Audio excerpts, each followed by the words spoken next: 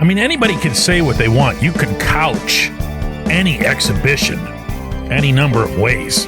But, I'm sorry, I didn't like that at all. Good morning to you. Good Sunday morning. I'm Dejan Kovacevic of DK Pittsburgh Sports, and this is a special edition of Daily Shot of Steelers. Comes your way usually bright and early every weekday. If you're into hockey and or baseball, I also offer daily shots of Penguins and Pirates on those days as well. Bills 9, Steelers 3, paying customers 0. Wow, was that a non-event? Not that you should ever enter an NFL preseason game expecting some sort of spectacle, but 3.5 hours of 0 touchdowns is a little tough to take, even if you paid only like $5 for the ticket, and those tickets weren't $5. More than anything, obviously, the offense had to have been a legitimate disappointment to all involved, producing nothing under Russell Wilson, producing next to nothing under Justin Fields, and calling this like it is, absolutely getting annihilated up front. And that might not seem fair to suggest across the board. You might want to, after a second or third viewing, for those of you who are really into this stuff, say that Zach Frazier had a nice game, which to my naked eye upon a live viewing he did.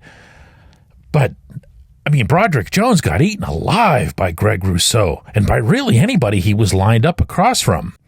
And as a result, I'm not really sure how much I can take seriously about what Wilson did or didn't do, or what Fields did or didn't do, because they had somebody right in their face within a millisecond of the snap. So as Mike Tomlin correctly pointed out, I thought, after the game, it's a very difficult analysis of anyone individually when they're not afforded the time to do their jobs. And I find that fair. I also find it fair the way Calvin Austin described for me, and others mention this as well, that they feel like the Steelers do. They've been practicing a lot better than what they've put out in the preseason games. Here's 30 seconds between me and Cal. Offensively, we getting there? Yeah, we're getting there. I mean, it's a lot of little... Not just here, practice. Yeah. It's a lot of just a little things that need to be cleaned up, but just the feel of the offense still good. Spirits high. We know it's not anything major we need to just do, but it's just like little things. Maybe this, like for instance, me jumping on that one caused us to be in a 3rd and long situation. The pass rushers got more of an opportunity to tee off. So it's little things like that myself and everybody else need to clean up. Yeah, he's right. They do need to do that, and they need to do it like yesterday. And I like, by the way, and maybe you picked up on this, that he called himself out for that false start penalty early in the game. That's who he is. But let me step back from, the moment, from the first series or second series or the 2-minute drill that Fields had at the end of the first half, because none of this went anywhere. And instead share with you a broader impression that probably has me more concerned than any other single facet related to this football team right now. Who are and where are the playmakers? I'm going to give you a second or two here to think about it yourself, okay? Buying you some time.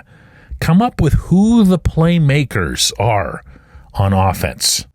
By my count, there are 3, and possibly 4. The 3 that I have are George Pickens, Pat Freiermuth, and Jaylen Warren. The possibly 4, and hear me out on this, is Justin Fields. Trying to separate the offensive line issues from everything else, and that's not easy again. It's unmistakably a different look, a different feel to the offense when Fields has to bolt out of trouble than when Wilson does. Fields can and does extend plays. Wilson's, of course, done that in the past, but no one can be certain as to how he'll do it at age 36. And right there, I've got 2 problems to share. One is that possibly you'll have, I was about to say the wrong quarterback. I don't mean the wrong quarterback, but you might have one of your precious few playmakers standing on the sideline more often than not, infinitely more often than not, actually. And 2, you still need to go get one. I mean, I don't want to do the Brandon Ayuk thing right after a game, but it doesn't have to be Ayuk. There are other players who are out there. You never know who's available via trade. Believe it or not all teams advertise this, and some are much better at keeping tight-lipped than others. We can fawn all over the concept of a power running game, and of course the Steelers do need, and I mean need, to clean that up, to borrow again from Cal. And I believe they're going to get better at it, certainly better than they were against the Bills last night. But I still believe you've got to be able to make plays. A lot of times in football, that means making something out of nothing. Need to get that one extra yard right by the stick, need to beat that last guy, need to be able to, give somebody a little bit of a shimmy and take off. Right now, I can't be convinced that even if the O-line just got it all together, just had the greatest week of practice in football history, and then owned the Lions next week in Detroit, I still wouldn't see enough playmakers on the field to convince me that this offense is going to be even average by NFL standards. You've got to, and I paraphrase James Harrison here, you've got to be able to beat the man across from you. That's what playmakers do. They win the 50-50s. Pickens does that. Freiermuth does that. Warren does that. Najee Harris can do it at times, but not often enough that I'm going to throw him into that category. And Fields is eminently capable of doing it. But is Fields even going to be out there? And even if he were, would those 4 be enough? When we come back, J1Q.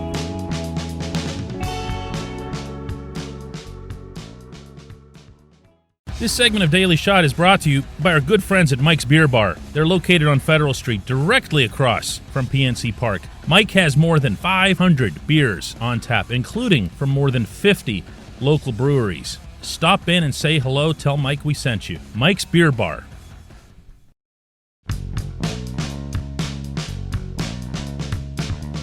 Today's J1Q comes from a frustrated Sam who says, DK, is it Mike Tomlin with a wrong choice of offensive coordinators or wrong choice of quarterbacks or poor personnel choices at other positions that creates the frustration the fans feel the last few years? The blame has gone to Matt Canada, even now with Arthur Smith, for being too much like Canada, Kenny Pickett and Mitch Trubisky for not being Ben Roethlisberger, and Mason Rudolph for keeping his mouth shut and playing 3 games well before they didn't want him anymore, and now Russell Wilson and Justin Fields for not being miracle workers. Sam, way too cosmic, and that's where I'm going to take my own sentiment from that opening segment and yank the reins back big time. And believe me, I'm very comfortable speaking to both sides of this issue because there actually are 2 sides to it. 1, I don't like where the offense is. 2, this wasn't it. Meaning this wasn't their best at all.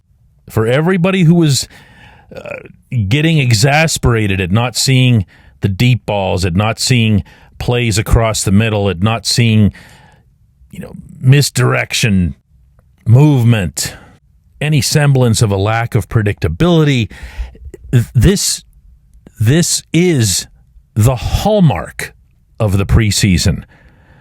NFL coaches live in fear. I mean, they are terrorized at the idea that other people will come up with their secrets, meaning the other teams that they're going to face, meaning in real games. I can promise you that for however hard Smith and Tomlin and anybody else worked on the offensive game plan for last night against the Bills, they worked just as hard to make sure that they showed nothing. And you know what? They really did show nothing. So understand, please, that the parts that would have them disappointed, and I believe the parts that should have everyone disappointed, was simple failure to execute. When Jones is getting knocked around all night by Greg Rousseau, that's independent of having a clever scheme or not having one. It shouldn't happen under any circumstance. But that was not a schemed-up offense in any way, shape, or form. They couldn't have been using even 5% of their material. No chance. What's more, for those of you who are familiar with regular season football and recent history, you'll know that the Bills are really, really good up front defensively. They've been that for a while, and they're that way up and down their depth chart, incidentally, which is why you saw them still succeeding at the pass rush all through the second half. If I'm the Steelers, to an extent, I'm grateful for that. They showed holes. They exposed flaws. But let's not go overboard here. The two words nobody should be speaking in one direction or the other after this event are Arthur and Smith. I mean, my goodness, he hasn't shown you anything related to his playbook yet. Trust me on that. We've seen these plays. We've seen them in Latrobe. No one saw them last night. I appreciate the question. I do. I appreciate the passion, really. I mean, I get that last night looked a lot like the trash offense that we've been used to watching for way too long. I understand that. That wasn't it, but that doesn't mean that it was good enough. Both things can be true. Let's everybody take a deep breath, and we'll hook up again tomorrow for the regular Monday show. Thanks so much for listening, and have a great rest of your Sunday.